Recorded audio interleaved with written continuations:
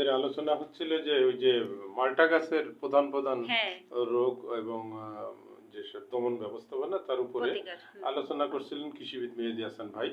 আমরা আবারও একটু বাদ বাকি আলোচনায় যাই। আচ্ছা ঠিক আছে।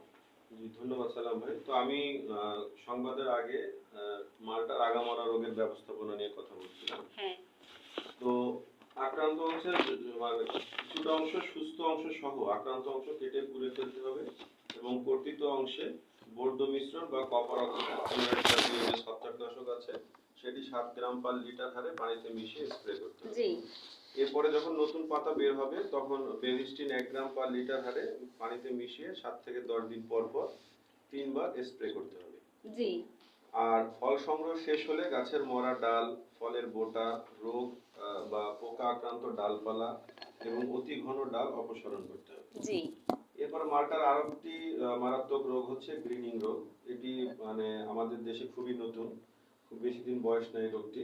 জি তো এর লক্ষণ হচ্ছে পাতার মধ্যশিরা হলুদ হয়ে যাবে এবং শেষ পর্যায়ে একদম হলুদ আবহাওয়া রং ধারণ করবে। পুরো পাতাটাই হলুদ হয়ে যাবে পাতাটাই, জি। হয় আর শিরা উপশিরা গুলো ক্রমশ গাঢ় আপনার সবুজ হতে থাকবে, শিরা দুর্বল ও পাতা কুঁকড়িয়ে ডাইবেক রোগের সৃষ্টি হবে। জি মূলত এটির বাহক হচ্ছে সাইলিড পোকা। এর দ্বারাই মূলত একটি অসুস্থ গাছ থেকে সুস্থ গাছে এই রোগটি ছড়ায়। ও তো এই রোগের ক্ষেত্রে আমাদের যে ব্যবস্থাপত্র নিতে হবে সেটা হচ্ছে নিয়মিত বাগান পরিদর্শন করতে হবে।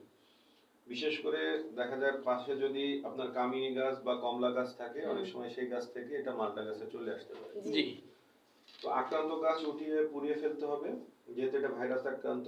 যদিও এখন অনেক ধরনের ভাইরাস নাশক আমাদের বাজারে পাওয়া যায়, বায়োভাইরন, তারপর হচ্ছে বায়ো আপনার এলিন, এগুলো আমরা ব্যবহার করতে পারি। জি সরি, বায়ো এনভি আর কি, এলিন না, এলিন হলো ব্যাকটেরিয়া নাশক। তো রাসায়নিক দমন মে মাস থেকে অক্টোবর মাস পর্যন্ত আমরা প্রতি মাসে একবার ইমিডাক্লোপ্রিড গ্রুপের কীটনাশক অথবা ফেনিট্রোথিয়ন জাতীয় কীটনাশক 2 মিলি পার লিটার হারে পানিতে মিশিয়ে আমরা গাছে স্প্রে করব। মানে একবার গাছ ভিজিয়ে দেব এবং পাশে যদি কমলা গাছ বা কামিনী গাছ থাকে সেখানেও আমাদেরকে স্প্রেটি করতে হবে। হ্যাঁ এরপর 90% যদি সাইলিড বাগ দেখা যায় যে লেডিবার্ড বিটেল দ্বারাই নিয়ন্ত্রণ করা সম্ভব। কাজে আমরা সেই ক্ষেত্রে লেডিবার্ড বিটেল বিভিন্ন জায়গা থেকে সংগ্রহ করে আমরা মালটা গাছে ছেড়ে দিতে পারি। জি এবং বাগান সবসময় আমরা পরিষ্কার পরিচ্ছন্ন রাখবো। এরপরে মালটার আরেকটি মারাত্মক রোগ হচ্ছে আঠা ঝরা রোগ। হ্যাঁ, এটা হলে যেটা হয় সেটা হচ্ছে যে কাণ্ড বা মোটা ডালের কিছু জায়গা থেকে প্রথমে হালকা বাদামি বা গাঢ় বাদামি আঠা রস বের হতে দেখা যায়। জি। এবং আস্তে আস্তে গাছ শুকাতে থাকে এবং একসময় মারা যায়। বাকল ফেটে রস ঝরে। জি জি। তো এই ক্ষেত্রে আমাদের যেটা করতে হবে যে আঠা ঝরা দেখা মাত্রই কিছুটা সুস্থ অংশ সহ বাকল এবং ছাল তুলে ফেলে কর্তিত অংশে বর্জ্য মিশ্রণ বা কপার অক্সিক্লোরাইড জাতীয় ছত্রাকনাশক 7 গ্রাম পার লিটার হারে পানিতে মিশিয়ে স্প্রে করে দিতে হবে। জি। আর নতুন পাতা বের হলে আগের মতোই ভ্যাভিস্টিন 1 গ্রাম পার লিটার হারে মিশিয়ে 7 থেকে 10 দিন পর পর 3 বার স্প্রে করতে হবে। জি। হ্যাঁ। আর ফসল সংগ্রহ শেষে আমাদের মরা ডালপালা, ফলের বোটা, রোগাক্রান্ত পাতা বা পোকাক্রান্ত ডালপালা, অতি ঘন ডালপালা, এগুলোকে আমাদেরকে সরিয়ে ফেলতে হবে। জি। মালটার আরেকটি ক্ষতিকর পোকা হচ্ছে ক্যাঙ্কার রোগ। এই রোগের আক্রমণে সাধারণত পাতা, ফল ও কাণ্ডে দেখা যায় যে সুরঙ্গকারী পোকা আক্রমণ করে এবং উঁচু উঁচু দাগ তৈরি হয়। জি। তো এটার ক্ষেত্রে আমাদেরকে আক্রান্ত গাছ তুলে ধ্বংস করা অথবা আক্রান্ত অংশ কেটে পুড়িয়ে ফেলা এবং প্রতি লিটার পানিতে আমরা দেখা যায় যে 120 মিলিলিটার নিমের খোলের লিটার বা নিমের তেল মিশিয়ে স্প্রে করলে ভালো রেজাল্ট পাওয়া যায়। এছাড়া 10 থেকে 20 লিটার পানিতে 1 কেজি নিমের খোল মিশিয়ে 15 দিন পর পর যদি আমরা স্প্রে করি তাহলেও খুব ভালো রেজাল্ট পাওয়া যায়। জি। এছাড়া এই ক্যাঙ্কার দমনের জন্য আমরা ছত্রাকনাশক কপার হাইড্রোক্সাইড গ্রুপের আমরা প্রতি 10 লিটার পানিতে 20 গ্রাম মিশিয়ে 15 দিন পর পর 2 বার করে স্প্রে করতে পারি। আচ্ছা। এখন পোকার ক্ষেত্রে আমরা বিশেষ করে আমি একটু আগেই বলছিলাম যে সাইলিড পোকাটা অনেক ধরনের জীবাণু আমাদের বিশেষ করে ভাইরাস সংক্রমণ করে এক গাছ থেকে আরেক গাছে বহন করে। জি। তো সেই ক্ষেত্রে আমাদেরকে দেখতে হবে যে পোকার বাচ্চা গাছের পাতা, বোটা বা কচি ডগা বা ফলের রস চুষে খায়। এইজন্য এই পোকার বাচ্চাগুলোকে খুঁজে বের করা। আর আক্রান্ত গাছে মে মাস থেকে অক্টোবর মাসের পর্যন্ত প্রতি মাসে একবার করে ইমিডাক্লোপ্রিড গ্রুপের কীটনাশক আমরা 2 মিলিলিটার পার লিটার পানিতে মিশিয়ে মালটা গাছে ভালোভাবে স্প্রে করব। জি। তাহলে আমরা দেখা যাবে যে গ্রিনিং রোগ থেকেও মুক্তি পাবো। হ্যাঁ।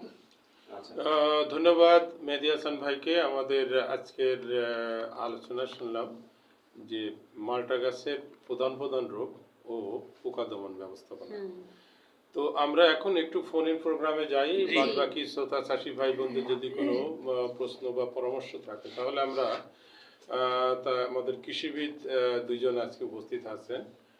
একজন আছে মহিদুল ইসলাম মিয়া, অতিরিক্ত কৃষি সম্প্রসারণ অফিসার দিঘলিয়া, এবং আর একজন মেহেদী হাসান খান ভাই, অতিরিক্ত হ্যাঁ। কৃষি অফিসার এই কতি সংযুক্ত কতি ফোন একটা এসে গেছে। এটিআই দৌলতপুর খুলনা। আমরা একটু ফোনটা নেই। ফোনটা ধরি এবং হ্যালো, নমস্কার। হ্যাঁ, ঠিক আছে। জি আলহামদুলিল্লাহ। জ্ঞানেন্দ্র দা, ভালো আছি। দ্রুত জিজ্ঞাস্য কিছু থাকলে বলুন।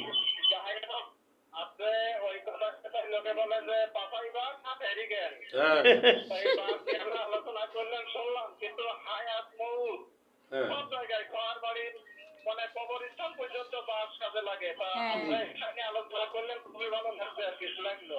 ধন্যবাদ। শুনে ভালো লাগলো। হাতু দিদি গান গেল, গানটা খুব চমৎকার আছে, মনোরঞ্জন নিয়ে গানটা গেলে তাও শুনলাম। ধন্যবাদ। আচ্ছা ধন্যবাদ। আমাদের কৃষি জিজ্ঞাসা আছে কিনা জ্ঞানেন্দ্র দা? কোনো প্রশ্ন নেই, কেননা আরো ছোট করে অপেক্ষা করতে ফোন দেওয়ার জন্য। আচ্ছা, আচ্ছা আপনাকে ধন্যবাদ। আমাদের সাথে আছেন